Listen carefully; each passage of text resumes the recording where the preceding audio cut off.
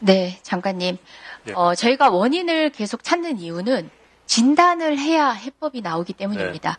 저희가 뭐 저녁 한 끼 먹는다고 진짜 소주 한 잔 한다고 이런 문제가 해결되는 게 아니잖아요. 원인을 찾아서 그 원인을 제거하거나 원인에 대한 우려를 불식시키는 게 이유라고 생각합니다. 네. 그래서 여러 가지 근거를 토대로 합리적 추론을 통해서 핵과 관련돼 있지 않느냐. 자체 핵무장 발언이 주요 정치인, 그것도 여당에서 나오기 시작하면서 무엇보다 대통령에 의해서 나오기 시작했던 2023년 1월부터 그 문제가 심각하기 시작했다라고 추측했던 겁니다. 그런 추측을 바탕으로 해서 저희도 확인하는 경로가 있습니다. 의원들 의원 외교합니다. 네. 제가 미 상원 의원을 통해서 확인한 내용입니다. 그것이 맞다라는 것입니다. 2023년 1월에 대한민국 수장인 국가 원수인 윤석열 대통령으로부터 나온 발언, 그 이후에 워싱턴 선언의 뜬금없이 NPT 제재 하에서의 의무를 다시금 되새김질하는 발언이 나옵니다. 문구가 나옵니다. 그게 바로 일종의 경고성이었다라는 학자들의 분석이 다르지 않다라는 이야기를 들었고요. 무엇보다 2023년 6월부터 핵무장과 관련된 국내 정치인, 여당 정치인의 발언 하나하나, 그 다음에 동태까지도 리스트업이 돼서 미 정부에 그것도 안보실에 보고가 됐다고 합니다. 자, 좋습니다. 이까지입니다. 어떤 의원실인지는 정말 비밀을 전제로 한다면 저 장관님께 또는 TF에 말씀드릴 용이 있습니다. 자, 이걸 바탕으로 그리고 또 거기서 준 정보를 바탕으로 제가 이제 팩트를 하나하나 체크해서 들어가겠습니다. 자, 먼저 묻겠습니다. 국방수권법이라고 장관님 아십니까? 네. 네, 어떤 법이죠?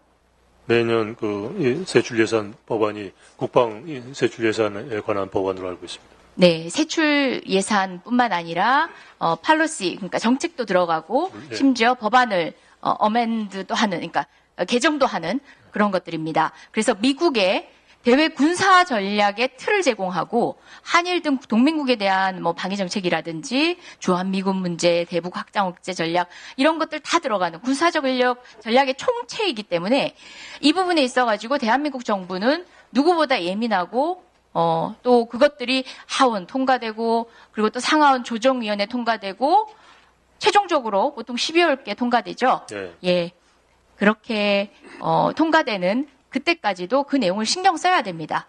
근데 지금 이제 에너지부 관련해서 국방수권법 안에 들어가 있다는 거 아셨습니까?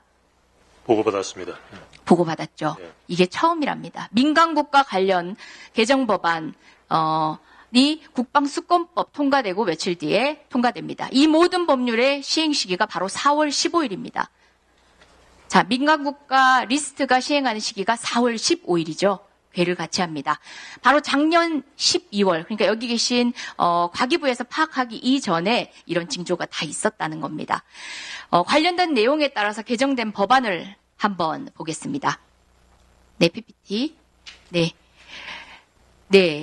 현행 법안이 왼편이고요. 개정안이 오른편입니다. 현행 법안은 관련해서 에너지부 장관은 이렇게 해서 할 수 있는 권한을 줍니다. 신원조사 등의 이제 다양한 권한을 행사합니다.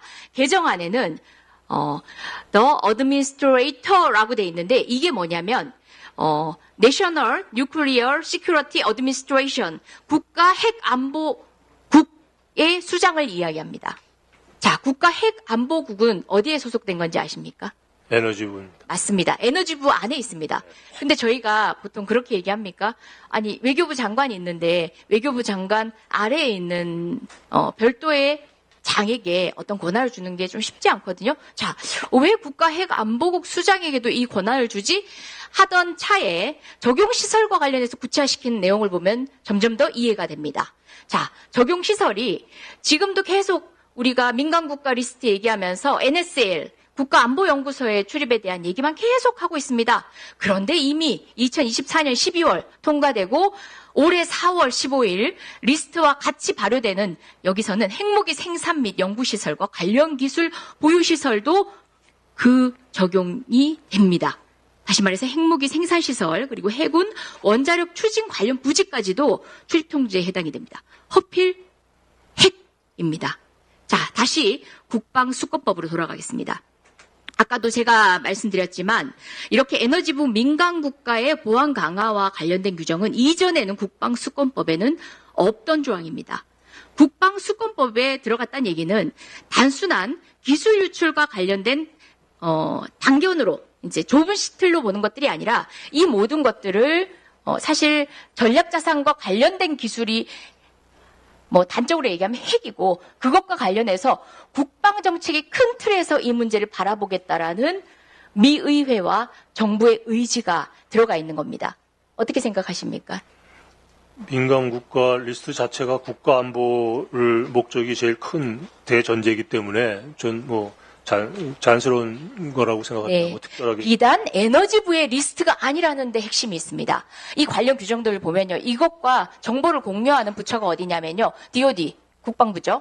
그 다음에 CPS, 대통령 직속으로 들어가가지고 재무부가 주도하고 국방부, 국토교통부, 상무부, 국무부, 에너지부, 법무부 다 들어가가지고 사실 전략자산에 대한 투자까지도 심사합니다. 그리고 BIS, 상무부 소속기관으로 수출통제와 관련해서 합니다. 여기와 정부가 교류된다는 겁니다.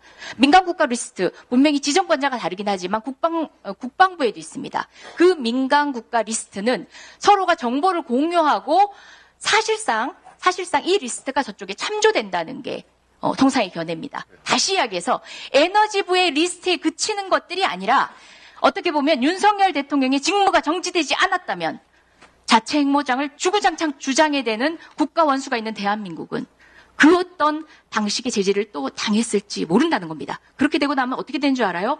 관련된 조항을 봤더니 동맹국가의 민간국가 리스트를 통보한답니다. 저희는 동맹국가잖아요. 우리한테. 그럼 우리의 우리는 통보의 대상이기도 하고 통보되는 대상이기도 합니다. 그건 잘못 알고 계시는 거예요. 홍보 절차는 없는 것으로 미국이 확인을 했습니다. 네. 관련해서 제가 분명히 설명드렸습니다. 제 발언을 서로가 교체해서 정보를 교환하고 참조하는 리스트라고 말씀드렸습니다. DOD의 리스트입니다. DOD 리스트가 있다는 겁니다. 그런 부분에 대해서 DOE의 한정이 된다. 에너지부의 한정이 된다라고 하는 것은 너무나 안이한 대처이고 이 문제를 해결하는 데 있어서 방책을 찾을 수 없는 무책임한 대우라는 에너지부에 한정됐다고 생각 안 하고 있고요. 미국의 외교부에 발표된 그러니까 이 건이 리스트를 보면 이거 굉장히 단순한 거야. 곧 해결할 거야. 장관 대 장관이 마주만 앉으면 진짜 해결할 것 같이 가볍게 느껴집니다. 그런 문제가 아니라는 겁니다. 국방수권법에 들어가 있습니다. 올 한해 미국의 국방의 틀, 전략자산 배치 틀, 주한미군 등등 모든 국가 관련된 그 틀 안에 바로 이 리스트와 관련된 확대 개정안이 들어가 있습니다.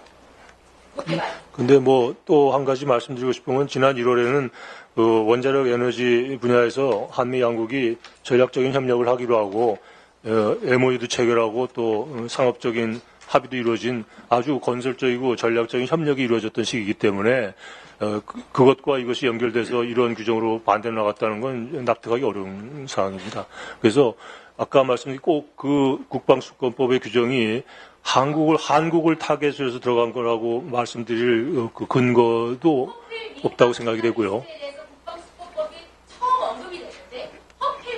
글쎄, 우연의 일치도 있겠지만, 하여간 무겁게 보고 있습니다. 가볍게 보고 있지 않습니다. 예.